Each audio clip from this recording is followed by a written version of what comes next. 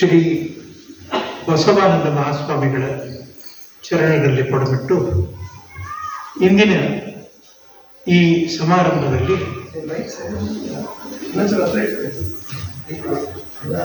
ಕೇಳಿಸ್ತವಲ್ಲ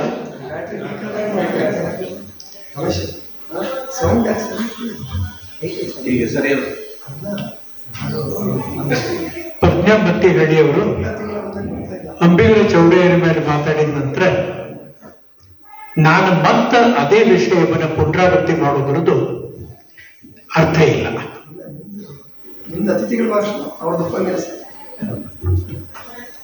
ಅತಿಥಿಗಳ ಭಾಷಣ ಅಂತಂದ ಮೇಲೆ ಒಂದು ಪ್ರಶ್ನೆ ನಿಮ್ಮೊಳಗದ, ವಚನ ಅಂದ್ರೆ ಏನು? ನಾವೆಲ್ಲರೂ ವಚನಕಾರರು ವಚನಗಳನ್ನು ರಚಿಸಿದ್ರು. ಶತಮಾನಗಳ ಕಾಲ ವಚನಗಳು ಅಸ್ತಿತ್ವದಲ್ಲಿ ಉಳಿದಾವ. ಶಿವಶರಣರ ಸಮಸ್ತ ಪ್ರಜೆಯ ಬದುಕಿನ ಸಾರ್ಥಕತೆ ಈ ವಚನಗಳಲ್ಲಿ ಅಡಗಿದೆ ಅಂತ ಹೇಳ್ತೀವಿ. ವಚನ ಅಂದ್ರೆ ಏನು? ಮೂಲವಾದಂತಹ ಪ್ರಶ್ನೆಗೆ ಬರ್ತೀರಿ. ಅತಿಥಿ ಭಾಷಣ ಅಂತಂದ್ರೆ ಮೂಲವಾದಂತಹ ಪ್ರಶ್ನೆಗೆ ಬರ್ತೀರಿ. ವಚನ ಅಂದ್ರೆ ಏನು? ವೇದಿಕೆ ಮೇಲಿನ ಎಲ್ಲ ಹಿರಿಯರ ಅನುಮತಿಯನ್ನು ಕೂಡಿ ಕೆಲವೇ ನಿಮಿಷಗಳ ಕಾಲ ಮಾತನಾಡುವ ಪ್ರಯತ್ನವನ್ನು ಮಾಡ್ತಾ ಇದ್ದೇನೆ. ಅತ್ಯುತ್ತಮವಾದಂತಹ ಭಾಷಣಕಾರರ ಭಾಷಣಗಳಾದ ನಂತರ ಭಾಷಣ ಮಾಡುವಂತ ಇನ್ನೊಂದು ಯಾವುದಾದ್ರೂ ತಪ್ಪಿದ್ರೆ ಅದು ಇವತ್ತು ನಾ ಮಾಡ್ಲಿಕ್ಕೆ ಹತ್ತೀನಿ. ಈಗ ನೀವೊಂದು ಮೂಡಿನಾಗಿದ್ದೆ, ಅಂಬಿಗರ ಚೌಡಯ್ಯ ಮೂಡು ನೋಡಗಿದ್ದೆ, ಅದನ್ನು ತೆಗೆದು ಮತ್ತೊಂದು ಅದಕ್ಕೊಂದು ಆ್ಯಡ್ ಮಾಡುವಂತ ಪ್ರಯತ್ನ ಮಾಡೋದೇನದಲ್ಲ, ಅದನ್ನ ಅಳಿಸುವಂಥದ್ದು. ನಮ್ಮ ಮಾಸ್ತರ್ ಮಂದಿಗೆ ಆ ಬೋರ್ಡ್ ಕಂಡು ಕೊಡ್ಲಿಲ್ಲ, ಹಿಂಗೆ ಅಳಿಸೋದು ಮತ್ತೆ ಬರೆಯೋದು ಏನದ ನೋಡ್ರಿ, ಇದು ನಮಗೆ ಬಂದ್ಬಿಟ್ಟು. ಆದ್ರೆ ಬೋರ್ಡ್ ಎಷ್ಟು ಕಳ್ಕೊಂಡಿತ್ರಿ, ಅದು ಬರೆಯೋದು ಅಳಿಸೋದು ಅಂತ ತಿಳ್ಕೊಂಡಂತ. ಹಂಗಾಗಿದೆ ಈ ಮನುಷ್ಯ ಜನ್ಮ. ಬರೆಯೋರು ಬರೆದ ಬರೀತಾರೆ, ಅಳಿಸೋರು ಅಳಿಸ್ತಾರೆ. ಅಂಬಿಗರ ಚೌಡಯ್ಯನ ಪ್ರತಿಯೊಂದು ಮಾತಿನೊಳಗೂ ಕೂಡ ಶ್ಲೇಷ ಒಂದು ಅರ್ಥವನ್ನು ನುಡಿದರೆ ನೀವು ಒಂದು ಹುಟ್ಟನನ್ನು ಯಾವುದು ಬಂದು ಹುಟ್ಟು, ಅವ ತನ್ನ ತೆಪ್ಪಕ್ಕೆ ಹಾಕಿದ ಬಂದು ಹುಟ್ಟು, ಅಥವಾ ಮನುಷ್ಯ ಜೀವನ ಅನ್ನುವಂಥ ಒಂದು ಹುಟ್ಟು. ಆ ಹುಟ್ಟು ಅನ್ನುವಲ್ಲಿ ಶ್ಲೇಷ ಅದ. ಇಡೀ ಭವಸಾಗರವನ್ನು ದಾಟಬೇಕಾತು ಅಂತ ತಿಳ್ಕೊಂಡಂತಂದ್ರೆ ಈ ಇಡೀ ಹುಟ್ಟು ನನಗೆ ಸಾರ್ಥಕವಾಗಬೇಕಾಗ್ತದೆ. ಬದುಕಿನಲ್ಲಿ ಎರಡವ, ಒಂದು ಕರ್ಮಜೀವಿಗಳು, ಒಂದು ಕಾರಣಜೀವಿಗಳು. ನಮ್ಮ ಮಹಾಸ್ವಾಮಿಗಳು ಪರಮ ಪೂಜ್ಯರು ಕಾರಣ ಪುರುಷರು, ಕರ್ಮ ಪುರುಷರಲ್ಲ. ಕರ್ಮ ಪುರುಷರು ನಾವು ಒಂದೇನೋ ಕರ್ಮವನ್ನು ದಾಟಿಸಬೇಕಾಗಿದೆ, ಅದರ ಸಲುವಾಗಿ ಭೂಮಿ ಮೇಲೆ ಅವತರಿಸ್ತೇವೆ. ಅದನ್ನ ಕರ್ಮ ಸವಿಯುವವರೆಗೆ ಏನು ಮಾಡಿದ್ರು ಸಹಿತ ನಾವು ಹೋಗುವುದಿಲ್ಲ, ಆ ಕರ್ಮ ಸವಿಬೇಕು. ಆದರೆ ಇನ್ನೊಂದು ತರಹದ ನಮ್ಮ ಪರಮ ಪೂಜ್ಯರಂತವ್ರು ಇರ್ತಾರೆ, ಅವರದ್ದು ಕಾರಣ ಜೀವಿಗಳು. ಇಡೀ ವಿಶ್ವದೊಳಗೆ ನಡೆಯುವ ಪ್ರತಿಯೊಂದು ಕ್ರಿಯೆಗೂ ಕೂಡ ಅರ್ಥವನ್ನು ಕೊಟ್ಟು ಆ ಕಾರಣದಿಂದ ಈ ಬದುಕು ಅನ್ನೋದನ್ನು ತೋರಿಸಿಕೊಡುವಂಥವ್ರು ಇದ್ದಾರಲ್ಲ, ಅವರು ವಚನಕಾರರು, ಶರಣರು, ಶಿವಶರಣರು. ಎರಡವ, ಒಂದು ದಾಸರು ಮತ್ತು ಒಂದು ವಚನಕಾರ. ಇವರು ನಮಗೆ ಅನೇಕ ವರ್ಷಗಳ ಕಾಲ, ಅಂದ್ರೆ 100 ವರ್ಷಗಳ ಕಾಲ ನಮ್ಮನ್ನು ತಿನ್ನೋ ಪ್ರಯತ್ನವನ್ನು ಮಾಡಬೇಡ. ವಚನ ಅನ್ನೋದು ಸಹಜವಾಗಿ ಆಡಿದ ಮಾತು. ಅವ್ರು ನಿಮ್ಮನ್ನು ಇಂಪ್ರೆಸ್ ಮಾಡಬೇಕು ಅಂತ ತಿಳ್ಕೊಂಡು ಯಾವ ಮಾತುಗಳನ್ನು ಆಗಲಿಲ್ಲ. ಸಹಜವಾಗಿ ಒಂದು ಆಡಿದ ಮಾತು, ಬರೀ ಆಡಿದ ಮಾತಲ್ಲ, ಅವರು ಆ ಕಾಲದಲ್ಲಿ ಕೊಟ್ಟ ಮಾತು. ಇದರ ಪ್ರಕಾರ ನಡ್ಕೊಂಡ್ರು ಬದುಕು ಸಮೃದ್ಧ ಆಗ್ತದ ಅಂತ ತಿಳ್ಕೊಂಡು ಕೊಟ್ಟ ಮಾತು, ಕೊಟ್ಟ ವಚನ ನಮಗೊಂದು ಆಧಾರ, ನಮಗೊಂದು ಬೆನ್ನೆಲುಬು ನಿಂತಾರೆ. ಈ ಮಾತಂತೆ ನಡ್ಕೊಂಡ್ರಿ ನಿಮ್ಮ ಜೀವನ ಸುಧಾರಿಸ್ತದೆ. ಆದ್ರೆ ಮಾತು ಹೆಂಗಿರ್ತದ? ಅನುಭವದ ನೆಲೆಯಲ್ಲಿ ನಿಂತು ವಚನಕಾರರು ಬಾಯಿಯಿಂದ ಬಾಯಿಗೆ ಹೊರಬಿದ್ದ ಇಂಥ ಮಾತುಗಳು ಕೇವಲ ಗದ್ಯವಾಗಲಿಲ್ಲ, ಪದ್ಯವೂ ಆಗಲಿಲ್ಲ. ವಿವಿಧ ಲಯಬದ್ಧವಾದ ಅನುಭವದ ಗದ್ಯ ರೂಪವಾಗಿ ವಚನಗಳು ನಮ್ಮೆದುರಿಗೆ ಬಂದವು. ಆದರೆ ವಚನಗಳು ಆಧ್ಯಾತ್ಮಿಕವಾದಂತಹ ಭಾವಗೀತೆಗಳು. ವಚನಕ್ಕೆ ತನ್ನದೇ ಆದ ಒಂದು ಸ್ಥಾಯಿ ಲಯ ಮತ್ತು ಕೇವಲ ಲಯ ಅಲ್ಲ, ಪ್ರತಿಭೆ ಅಲ್ಲ. ಪ್ರತಿಯೊಂದು ವಚನಕ್ಕೂ ಒಂದೊಂದು ಪ್ರತಿಭೆ ಅದ, ಅದೊಂದು ಸಂಕೇತ ಅದ. ಅದಕ್ಕೊಂದು ಅರ್ಥ ಅದು. ಆ ಅರ್ಥವನ್ನ ಅರ್ಥೈಸಿಕೊಂಡಾಗ ಮಾತ್ರ ಬದುಕಿಗೆ ಮತ್ತು ಹೃದಯದ ಆಳಕ್ಕೆ ಹೋಗಿ ಮುಟ್ಟುತ್ತದ. ಇಲ್ಲಂದ್ರೆ ಹೃದಯಕ್ಕೆ ಆಳಕ್ಕೆ ಹೋಗಿ ಮುಟ್ಟುವುದಿಲ್ಲ, ನಾಟಕ ಆಗ್ತದ. ಯಾವಾಗ ಆ ಮಾತು ನಿಮ್ಮ ಹೃದಯಕ್ಕೆ ಮುಟ್ಟುತ್ತದ ಆಗ ಅದು ಕರೆ ವಚನವಾಗ್ತದ. ಅದನ್ನ ಮಾಡಿದವರು ವಚನಕಾರ. ಅನೇಕ ಶತಮಾನಗಳ ಕಾಲ ಅಲ್ಲೇ ಒಂದು ಪ್ರತಿಮೆ ಮೂರ್ತ ರೂಪವನ್ನು ಆಗ್ತದ. ಯಾವ ಪ್ರತಿಮೆ ಅದು? ನೀವದನ್ನು ಶಿವ ಅನ್ರಿ, ಶರಣ ಅನ್ರಿ, ಪರಮ ಪೂಜ್ಯ ಅನ್ರಿ, ಇವೆರಡೂ ದಾಟಿ ಸೃಷ್ಟಿಕರ್ತ ಅಂತಾನೆ. ಇಲ್ಲಿ ನಿಂತು ನೋಡಿದ್ರೆ ಎಷ್ಟು ದೂರ ತನಕ ಕಂಡು ಹೋದ್ರೂ ಕೂಡ ಅವ ನಿರ್ಮಿಸಿದಂತ ಈ ಸೃಷ್ಟಿ ಏನದ ಅದರ ವೈವಿಧ್ಯ ಏನದ ಅದು ಕಣ್ಣು ತುಂಬುತ್ತದ. ಆ ವೈವಿಧ್ಯ ನನ್ನ ಕಣ್ಣಿನೊಳಗನ್ನ ತುಂಬಿಕೋಬೇಕಾದ್ರೆ ಅದಕ್ಕೆ ಮೂಲವಾದಂತಹ ಕಾರಣ ಅಂದ್ರೆ ಸೃಷ್ಟಿಕರ್ತ. ಏನ್ ಕೊಟ್ಟಿರಿ ನೀವು ಅಂತ ಏನ್ ಕೇಳ್ತೀವ ಅವನು ಕಡಿದ? ಏನೂ ಕೇಳಾರ್ದನು ಕೂಡ ಸೃಷ್ಟಿ ನಮ್ಮ ಜೊತೆಗೆ ಬೆಳೀತಾ ಬೆಳೀತಾ ಬೆಳೀತಾ ಇನ್ನು ನಾವು ಹಾಳು ಮಾಡುವ ಪ್ರಯತ್ನವನ್ನ ಮಾಡ್ಲಿಕ್ಕೆ ಹೊರತು ಸೃಷ್ಟಿ ಒಳಗ ಆ ಸೃಷ್ಟಿಯ ಸೌಂದರ್ಯವನ್ನ ಮತ್ತು ಸೃಷ್ಟಿಯ ಸಂಪೂರ್ಣವಾದಂತಹ ಸಮೃದ್ಧಿಯನ್ನ ನಾವು ನಮ್ಮ ಬದುಕಿನೊಳಗೆ ಅಳವಡಿಸಿಕೊಳ್ಳಿಕ್ಕೆ ಸನ್ನದ್ಧರಾಗಿಲ್ಲ. ಆ ಸನ್ನದ್ಧತೆಯನ್ನು ತಗೊಂಡು ಬರಬೇಕು ಅನ್ನೋದನ್ನೇ ಅಂಬಿಗರ ಚೌಡಯ್ಯ ಮತ್ತು ಇತರ ವಚನಕಾರರ ಮಾತುಗಳಾಗ. ವಚನಕಾರರ ಬಗ್ಗೆ ಮಾತನಾಡಬೇಕಾದಾಗ ಅದಕ್ಕೊಂದು ಧಾರ್ಷ್ಯ ಬೇಕಾಗ್ತದೆ. ಸುಮ್ಮನೆ ಎಲ್ಲರನ್ನೂ ವಚನಕಾರರ ಬಗ್ಗೆ ಮಾತಾಡ್ಲಿಕ್ಕೆ ಬರೋದಿಲ್ಲ. ಯಾಕಂದ್ರೆ ಅವರು ತಮ್ಮ ಅನುಭವದ ಆಳದಿಂದ ನಿಮ್ಮ ಹೃದಯಕ್ಕೆ ಒಂದು ಅರ್ಥಪೂರ್ಣವಾದಂತಹ ಮಾತನ್ನ ಮುಟ್ಟಿಸ್ಬೇಕು ಅಂತ ತಿಳ್ಕೊಂಡು ಮಾಡ್ತಿರ್ತಾರೆ. ಆ ಅರ್ಥಪೂರ್ಣವಾದಂತಹ ಮಾತು ನಿಮ್ಮ ಹೃದಯಕ್ಕೆ ನಾಟಬೇಕಾಯ್ತು ಅಂತಂದ್ರೆ ನಾಟಿದ್ರೆ ಅದು ವಚನ ಆಗ್ತದೆ. ಅದು ವಚನ ಆಗುವ ಕಾಲಕ್ಕೆ ಅದೊಂದು ಪ್ರತಿಮೆಯ ಸ್ವರೂಪವನ್ನು ತಾಳಿ ನಿಮ್ಮಲ್ಲಿ ಒಂದು ತರಹದ ತಿಳುವಳಿಕೆಯನ್ನು ಕೊಡ್ತದೆ. ವಚನದೊಳಗೆ ಅಲ್ಲವರ ವಚನದೊಳಗೆ, ಅಕ್ಕನ ವಚನದೊಳಗೆ, ಬಸವಣ್ಣನ ವಚನದೊಳಗೆ ಎಷ್ಟು ಮಂದಿ ವಚನಕಾರರಾಗ್ಯಾರ. ಅವರ ಎಲ್ಲರ ವಚನಗಳಿಗೂ ಕೂಡ ನೀತಿ ಬೋಧೆ ಅಡಿಗೆ. ಆದ್ರೆ ನಾನು ನೀತಿಯ ಮಾತನ್ನ ಹೇಳ್ತೀನಿ ಅಂತ ತಿಳ್ಕೊಂಡು ಅವ್ರು ಯಾರು ನೀತಿ ಮಾತನ್ನ ಹೇಳಿಕತ್ತಿಲ್ಲ. ಅವ್ರು ಹೇಳಿಕತ್ತಾರ ಬದುಕೋ ಮಾರ್ಗ ಯಾವುದು ಅಂತ ಹೇಳಿಕತ್ತಾರ. ಈ ವಚನಗಳಿದವಲ್ಲ, ಈಗ ಪ್ರಜ್ಞಾ ಅವ್ರು ಮಾತಾಡಿದಂಗೆ ಸರಳ ಮಾತನಾಡ ಅವು ಮಾರ್ಗದ ಕಟ್ಟನ್ನ ಬಿಚ್ಚು ಬಿಟ್ಟಾವ. ಅವಕ್ಕೆ ಪ್ರಾಸದ ಕಟ್ಟಿಲ್ಲ, ಅದಕ್ಕೆ ವ್ಯಾಕರಣದ ಕಟ್ಟಿಲ್ಲ. ಆದ್ರೆ ಬಂಧ ಅದ. ಆ ಬಂಧದೊಳಗೆ ಅರ್ಥದ, ಲಯ ಅದ, ಸ್ಮೃತಿ ಅದ. ಅವು ಎಲ್ಲಾನು ಕೂತ್ಕೊಂಡು ಒಂದು ವಚನದ. ಅಲ್ಲಿ ಇದು ಒಟ್ಟು ನಮ್ಮ ಬದುಕಿನ ಸುತ್ತಮುತ್ತಲಿನ ಪ್ರಪಂಚದೊಳಗೆ ಏನ್ ನಡೆಸೋದಲ್ಲ ಅದು ದೇಸಿ. ಈಗ ಅವರೇನು ಅಚ್ಚ ಭಾಷಾದೊಳಗೆ ಇಲ್ಲಿ ಏನ್ ಭಾಷಾದೊಳಗೆ ತಿಳಿಬೇಕು ಆ ಭಾಷಾದೊಳಗೆ ಮಾತಾಡಿದ್ರು ಅದು ದೇಸಿ. ಆ ದೇಸಿ ಪರಂಪರೆ ಇರದ ನಮಗ ಸಂಸ್ಕೃತ ಭೂಯಿಷ್ಠವಾದಂತಹ ಮಾತುಗಳಲ್ಲಿ ಹೇಳಿದ್ರೆ ಅರ್ಥ ಆಗ್ತಿದ್ದಿಲ್ಲ.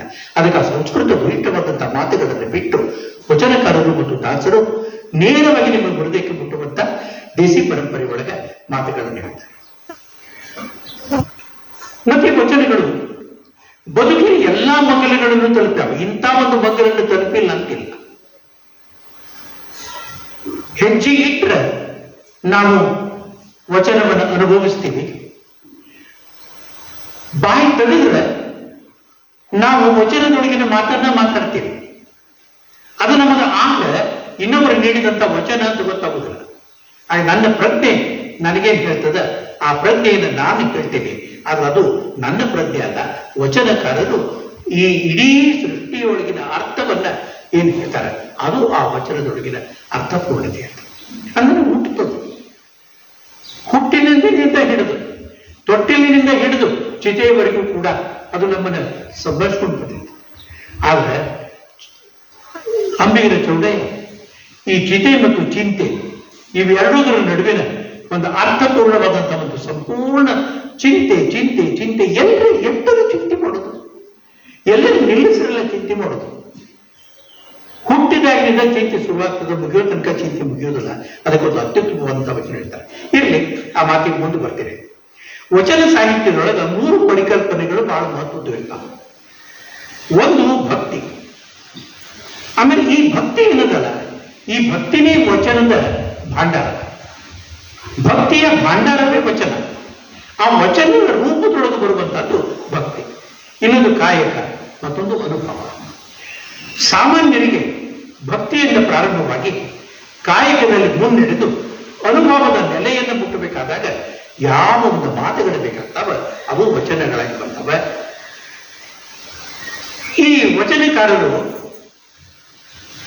ಒಂದು ಮಾತು ಹೇಳ್ತಾರೆ, ದೇವರು ನಾದಪ್ರಿಯನಲ್ಲ, ವೇದಪ್ರಿಯನಲ್ಲ. ಅವ ಏನ್ ಕೇಳ್ತಾನ್ರು? ಒಂದು ಭಕ್ತಿ ಕೇಳ್ತಾನೆ. ಒಂದು ಮಾತು, ಅಪ್ಪ ನೀ ಇದ್ದೀರಿ ಅಂತ ನಾವು ಇದ್ದೇವೆ ಅಂತ ತಿಳ್ಕೊಂಡು ವಾಂಬೇರೆ ಅಂದ್ರು ಅಂತ ತಿಳ್ಕೊಂಡು, ನಾ ಇದ್ದೇನೆ ಅಂತ ನೀ ಇದ್ದೀನಿ ಅಂತ ತಿಳ್ಕೊಂಡು ದೇವರಿಗೆ ಹೇಳಿದ್ರಲ್ಲ, ದೇವರ ನೀ ಇದ್ದೀರಿ ಅಂತ ನಾ ಇದ್ದೀನಿ ಅಂತ ತಿಳ್ಕೊಂಡ್ರು. ಅದು ಭಕ್ತಿ.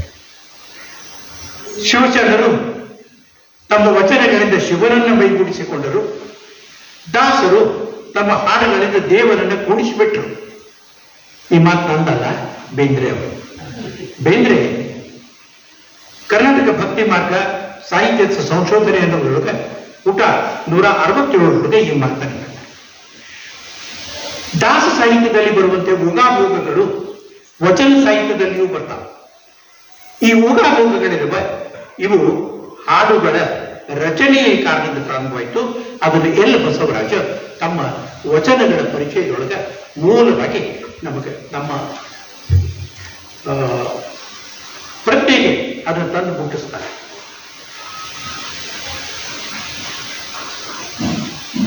ಈ ಭಕ್ತರು ಅನ್ನೋ ಶಬ್ದ ಬರೋದು ಭಜ ಅನ್ನುವ ಶಬ್ದದಿಂದ ಬರ್ತದೆ. ಭಕ್ತಿ ಎನ್ನುವ ಮಾತು ಭಜ ಎಂಬ ಧಾತುವಿನಿಂದ ಬಂದದ್ದು. ಭಜ ಎಂದರೆ ಏನೂ ಅಲ್ಲ, ಪೂಜಿಸು, ಆಶ್ರಯಿಸು. ನನ್ನಿಂದ ಎಲ್ಲ ಅಲ್ಲ, ಅವನಿಂದ ನಾನು, ಅವನ ಆಶ್ರಯದೊಳಗೆ ಇದ್ದೇನೆ. ಭಕ್ತಿಯ ಮೊದಲನೇ ಹಂತದೊಳಗೆ ಪೂಜೆ ಪ್ರಾರಂಭ ಆಗ್ತದೆ. ಮನಸ್ಸು ಕೊಟ್ಟು ದೇವರೊಳಗೆ ನೀವು ಉಪಕರಣ ಸಹಿತ ಪೂಜಾ ಮಾಡ್ರಿ, ಉಪಕರಣಗಳನ್ನು ಬಿಟ್ಟು ಪೂಜಾ ಮಾಡ್ರಿ. ವಚನಕಾರರು ಔನ್ನತ್ಯದ ಮಟ್ಟವನ್ನು ಮುಟ್ಟಿದಾಗ ಅವರಿಗೆ ಯಾವ ವಸ್ತುವಿನ ಅವಶ್ಯಕತೆಯೂ ಇಲ್ಲ, ಮಾನಸ ಪೂಜೆಯನ್ನು ಮಾಡ್ತಿದ್ದಾರೆ. ಇದು ಸಾಧ್ಯ ಇಲ್ಲ ಅಂತ ತಿಳ್ಕೊಂಡು ನಾವು ಈ ಷೋಡಶ ಪೂಜಾ ಗಿಜಾ ಇಂಥವೆಲ್ಲ ಮಾಡ್ಕೊಂಡು ಹೋಗ್ತೇವೆ. ನಂತರ ಭಜನೆ ಕೀರ್ತನೆಗಳ ಮುಖಾಂತರ ಮುಂದೆ ಸರಿತದೆ. ಸ್ಮರಣೆ ಒಂದು ಧ್ಯಾನದಲ್ಲಿ ಸೂಕ್ಷ್ಮ ರೂಪವನ್ನು ತಾಳ್ತದೆ. ಆತ್ಮ ನಿವೇದನೆಯಲ್ಲಿ, ಆತ್ಮ ಪರಿಶೋಧನೆಯಲ್ಲಿ ಶಿವನಲ್ಲಿ ಸಮರಸ ಭಾವವಾಗುತ್ತದೆ. ಇದು ಭಕ್ತಿ ಮಾರ್ಗದ ಪರಂಪರೆ. ಇಂತಹ ಭಕ್ತಿಯನ್ನು ಶಿವಶರಣರು ಕನ್ನಡದ ನೆಲದಲ್ಲಿ ಕಲ್ಯಾಣದ ಹಣತೆಯನ್ನು ತಂದಿರಿಸಿ, ಆಚಾರದ ಬುದ್ಧಿಯನ್ನು ಹೊತ್ತಿಸಿ ಶಿವ ಪ್ರಕಾಶದಲ್ಲಿ ತಾವು ಪ್ರಕಾಶಿತವಾದರು. ನಿಮಗೂ ಆ ಪ್ರಕಾಶವನ್ನೇ ನೀಡಿದರು. ಶರಣರ ಸಂಘವೇ ಈ ಭಕ್ತಿಯ ಮಹಾಮನೆ. ಅಲ್ಲಿದ್ದರೆ ಸಾಕು, ಮುಕ್ತಿ ತಾನೇ ಹುಡುಕಿಕೊಂಡು ಬರುತ್ತದೆ. ಮುಕ್ತಿಯ ಮಾರ್ಗಗಳು 3: ಒಂದು ಜ್ಞಾನ ಮಾರ್ಗ, ಒಂದು ಕರ್ಮ ಮಾರ್ಗ, ಒಂದು ಭಕ್ತಿ ಮಾರ್ಗ. ಈ ಮೊದಲನೇ 2 ಮಾರ್ಗಗಳು ನಮಗೆ ದೂರವಾಗಿರುವುದರಿಂದ ನಾವು ಭಕ್ತಿ ಮಾರ್ಗವನ್ನೇ ಇಟ್ಟುಕೊಂಡಿದ್ದೇವೆ. ಇದು ವಚನಗಳ ಒಂದು ಪರಂಪರೆಯ ಮಾತುಗಳನ್ನು ಹೇಳಿದ ನಂತರ ಒಂದೇ ಒಂದು ಅಂಬಿಗರ ಚೌಡೆ ಎನ್ನುವ ವಚನವನ್ನು ತಮ್ಮೆದುರು ಪ್ರಸ್ತುತಪಡಿಸಿ ನಾನು ನನ್ನ ಮಾತುಗಳಿಗೆ ವಿರಾಮ ಹೊರಟಿದ್ದೆ. ಬಡತನಕ್ಕೆ ಉಬ್ಬುವ ಚಿಂತೆ, ಬಡತನಕ್ಕೆ ಉಬ್ಬುವ ಚಿಂತೆ, ಉಂಡಾದರೆ ಉಡುವ ಚಿಂತೆ. ಊಟಿ ಸಿಕ್ಕಲ್ಲ, ಇನ್ನು ಬಟ್ಟೆ ಎಷ್ಟು ಥರದ್ದು. ಮೈ ಮುಚ್ಚಲಿಕ್ಕೆ ಬಟ್ಟೆ ಸಾಕು ಅಂತ ತಿಳ್ಕೊಂಡು ಎಂದೂ ಅರ್ಚೆ ಇಲ್ಲ. ಅದರೊಳಗೂ ಸೃಷ್ಟಿಕರ್ತ ಅವ ಏನು ದೇವತೆಗಳನ್ನು ನಿರ್ಮಾಣ ಮಾಡಿದ. ಯತ್ರ ನಾರ್ಯಾಸ್ತು ಪೂಜ್ಯಂತೆ ತತ್ರ ರಮಂತೆ ದೇವತಾ ಅಂತ ತಿಳ್ಕೊಳ್ಳುತ್ತೆ. ಅವರಂತ ಬಟ್ಟೆ ಅಂಗಡಿ ನೋಡಿದ್ರೆ ಅವರಿಗೆ ಎಲ್ಲ ಮರೆತು ಹೋಗ್ಬಿಡ್ತದೆ ಅಂತ ಅದಕ್ಕೆ ಇಲ್ಲಿ ಹೇಳ್ತಾನೆ, ಉಡಲಾದರೆ ಉಡುವ ಚಿಂತೆ, ಉಡಲಾದರೆ ಇಡುವ ಚಿಂತೆ. ಎರಡೂ ಸಿಕ್ಕಾವ. ಇನ್ನು ನನಗೆ ಆಸ್ತಿ ಮಾಡಬೇಕು, ನನ್ನ ಮಕ್ಕಳಿಗಾಗಬೇಕು, ನನ್ನ ಮೊಮ್ಮಕ್ಕಳಿಗಾಗಬೇಕು, ಎಷ್ಟು ಜನರೇಷನ್ನಿಗೆ ಆಗುವಷ್ಟು ಮಾಡಿಡ್ಬೇಕಂತಿರು ಮರಾಯ. ಹೊತ್ಕೊಂಡು ಹೋಗ್ತೀರಿ. ಅಲೆಕ್ಸಾಂಡರ್ ಅದಕ್ಕೆ ಹೇಳಿದ, ನಾನು ಕಳಿಸೋ ಮುಂದೆ ಎಲ್ಲರೂ ಕಡಿಗೆ ಹೇಳ್ತಾನವ, ಅವನ ಅಂತಿಮ ಕಾಲದೊಳಗೆ ನಂದು ಕಟ್ಟಬೇಕಾದ್ರೆ 2 ಕೈ ಹೊರಗಿಟ್ಟು ಕಟ್ಟಿರು ಅಂತ ಹೇಳ್ತಾನ. ಯಾಕಂದ್ರೆ ನಾ ಹೋಗೋ ಮುಂದೆ ಏನು ತಗೊಂಡು ಹೊಂಟಿಲ್ಲ ಅಂತ ತಿಳ್ಕೊಳತ್ತೆ. ಇಡ್ರಿ. ಇಡಲಾದರೆ ಹೆಂಡತಿಯ ಚಿಂತೆ, ಈ ಹೆಂಡಿರಾದರೆ ಮಕ್ಕಳ ಚಿಂತೆ, ಮಕ್ಕಳಾದರೆ ಬದುಕುವ ಚಿಂತೆ, ಬದುಕಾದರೆ ಕೇಡಿನ ಚಿಂತೆ. ಏನಾರ ಆದ್ರೆ ಹೆಂಗ, ನಾಳೆ ಹೋದ್ರೆ ಹೆಂಗ, ಲಘುನ ನನಗೆ ಆಂಬ್ಯುಲೆನ್ಸ್ ಸಿಗ್ತದೋ ಇಲ್ಲೋ, ಡಾಕ್ಟರ್ ಸಿಗ್ತಾನೋ ಇಲ್ಲೋ. ಅಯ್ಯೋ ಪ್ರಾಣಿ, ಎಲ್ಲ ಇದ್ದನ ಇರ್ಲಿಕ್ಕೆ ಸಾಧ್ಯ ಇಲ್ಲ. ಕರ್ನಾಟಕದೊಳಗೆ ಒಂದು ಹಾಸ್ಪಿಟ್ಲ್ ನೋಡಿದ್ರೆ ಒಬ್ಬ ಯಂಗ್ ಹುಡುಗ ಆಪರೇಷನ್ ಮಾಡ್ಲಿಕ್ಕೆ ಅಂತ ಹೇಳ್ಕೊಂಡು ಆಪರೇಷನ್ ಥಿಯೇಟರ್ ಬಾಗ್ಲ ತೆಗಿಲಿಕ್ಕೆ ಅವನು ಹೆಂಡತಿ ಡಾಕ್ಟರ್, ಅವ ಒಳಗಿನ ಪೇಷಂಟ್ಗೆ ಅನಸ್ತೇಷಿಯಾ ಕೊಡ್ಬೇಕಾಗ್ಯದ. ಹಿಂಗ್ ಕೈ ಹಿಡಿದಾನೆ, ಅಲ್ಲಿ ಎಲ್ಲ ಆ ಹಾಸ್ಪಿಟಲ್ ಒಳಗೆ it is one of the best hospitals in India. ಆ ಹಿಂಗ ಕೈ ಹಿಡಿದೋದನ್ನ ಹಿಡ್ಕೊಂಡು ಅವನ್ನ ಯಾರೂ ಬದುಕಿಸ್ಕೊಳಿಕ್ ಆಗ್ಲಿಲ್ಲ. ಆ ಆಪರೇಷನ್ ಥಿಯೇಟರ್ ಬಾಗ್ಲ ತೆಗಿಯೋ ಬಂದು ತೀರ್ಕೊಂಡಿತ್ತು ಹುಡುಗ. ಎಷ್ಟು ವಿಚಾರ ಮಾಡ್ತೀವಿ, ಏನ್ ಸಿಗ್ತದೋ ಇಲ್ಲೋ, ಏನ್ ಮಾಡ್ತೀವೋ ಇಲ್ಲೋ, ಮೆಡಿಕಲ್ ಏಡ್ ಸಿಗ್ತದೋ ಇಲ್ಲೋ, ಮೆಡಿಕಲ್ ಏಡ್ ಸಿಗ್ತಂದ್ರೆ ಅದಕ್ಕೆ ಖರ್ಚಾಗ್ಲಿಕ್ಕೆ ಅಂತ ಮೆಡಿಕಲ್ ಇನ್ಶೂರೆನ್ಸ್ ಅದ ಇಲ್ಲೋ, ಎಷ್ಟರೇ ವಿಚಾರ ಮಾಡ್ತೀರಿ. ಕೇಳಾದರೆ ಕೊನೆಗೆ ಮರಣದ ಚಿಂತೆ. ಇಲ್ಲಿ ಬೇಂದ್ರೆ ಒಂದು ಮಾತು ಹೇಳಿ, ಬಹಳ ಮಹತ್ವದ ಮಾತು ಹೇಳ್ತಾರೆ. ನಾ ಸಾವಿಗೆ ಹೇಳುವುದೇ ಇಲ್ಲ ಅಂತ ಅಂತಾರ. ಯಾಕಂದ್ರೆ ಅದು ಬಂದಾಗ ನಾ ಇರುವುದೇ ಇಲ್ಲ, ನನಗೆ ಗೊತ್ತು ಹೋಗುದಿಲ್ಲ ಸಾವು ಬಂದಾಗ, ಅದಕ್ಕೆ ನಾನು ಸಾವಿಗೆ ಹೆದರುವುದಿಲ್ಲ ಅಂತ ಹೇಳ್ಕೊಂಡಿರ್ತಾರೆ. ಇಲ್ಲಿ ಅಂಬೀರ ಚೌಡಯ್ಯ ಇಂತಿ ಹಲವು ಚಿಂತೆಯಲ್ಲಿ ಇಪ್ಪವರ ಕಂಡೆನು. ಕೊನೆಗೆ ಒಂದು ಮಾತಾಡ್ತಾನೆ, ಶಿವನ ಚಿಂತೆಯಲ್ಲಿ ಇದ್ದವರೊಬ್ಬರನ್ನೂ ಕಾಣೆ ನಾನು. ಯಾರು ಒಂದು ಕ್ಷಣ ಪರಮಾತ್ಮ ನೆನೆಸುತ್ತೀರಾ? ನೀ ಇದ್ದೇನು ಇಲ್ಲೇನೋ ಅಂತ ಕೇಳ್ತೀವಿ. ನಮ್ಮ ಶಿವನ ಚಿಂತೆಯಲ್ಲಿ ಇದ್ದವರೊಬ್ಬರನ್ನೂ ನಾ ಕಾಣೆನೆಂದಾತ ನಮ್ಮ ಅಂಬಿಗರ ಚೌಡಯ್ಯ ನಿಜ ಶರಣ. ಅಂಗಕ್ಕೆ ಬಡತನವಲ್ಲದೆ ದೇಹಕ್ಕೆ ಬಡತನ ಉಂಟೆ. ಅಂಬಿಗ ಎಂದು ಕುಂಡರಡಿದರು ನಂಬಿದರೆ ಬಂದೆ ಹುಟ್ಟಲು ಕಡೆಯ ಹಾಯಿಸುವ ನಂಬಿಗರ ಚೌಡಯ್ಯ. ಈ ನಂಬಿಗರ ಚೌಡಯ್ಯ ಪ್ರತಿಯೊಂದು ಮಾತುಗಳನ್ನು ನಿಖರವಾಗಿ ಹೇಳಿದ. ಯಾರ ಮನಸ್ಸಿಗೆ ನೋವಾಗ್ತದೆ ಅಂತ ವಿಚಾರ ಮಾಡಲಿಲ್ಲ. He was not A soft spoken man, he was always A man with grip.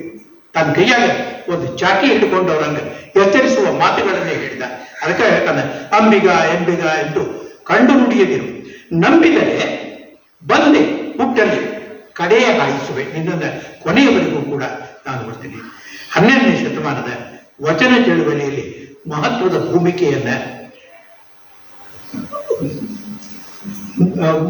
ಭೂಮಿಕೆಯನ್ನು ವಹಿಸಿಕೊಂಡು ಅಂದಿನಿಂದ ಇಂದಿನವರೆಗೂ ಎಲ್ಲರ ಮನಸ್ಸಿನಲ್ಲಿ ಇದು ಅಂಬಿಗರ ಚೌಡಯ್ಯನ ವಚನ ಅಂತ ಗೊತ್ತಿ ಇಲ್ಲದೇನೂ ಕೂಡ ಆ ವಚನವನ್ನು ಮೆಲುಕು ಹಾಕುವಂತೆ ಅಂತ ಮಹತ್ವಪೂರ್ಣವಾದಂತಹ ವಚನಗಳು ಈ ಎಲ್ಲ ವಚನಗಳಾಗ್ತವೆ.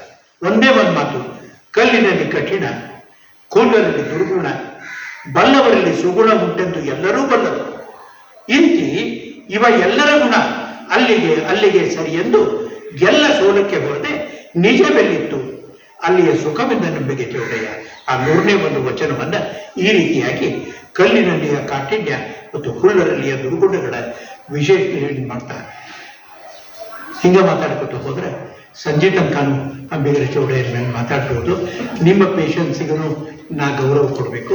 ಅದಕ್ಕೆ ನಿಮ್ಮೆಲ್ಲರ ಅನುಮತಿಯನ್ನು ಪಡೆದುಕೊಂಡು, ಪರಮ ಪೂಜ್ಯರ ಅನುಮತಿಯನ್ನು ಪಡೆದುಕೊಂಡು ಇವತ್ತಿನ ಈ ಅವಕಾಶಕ್ಕಾಗಿ ನಾನು ಮಹಾಮನೆಗೆ ತುಂಬಾ ಕೃತಜ್ಞ ಅಂತ ಹೇಳಿ ನನ್ನ ಮಾತುಗಳಿಗೆ ವಿರಾಮವನ್ನು ಕೊಡ್ತೀನಿ.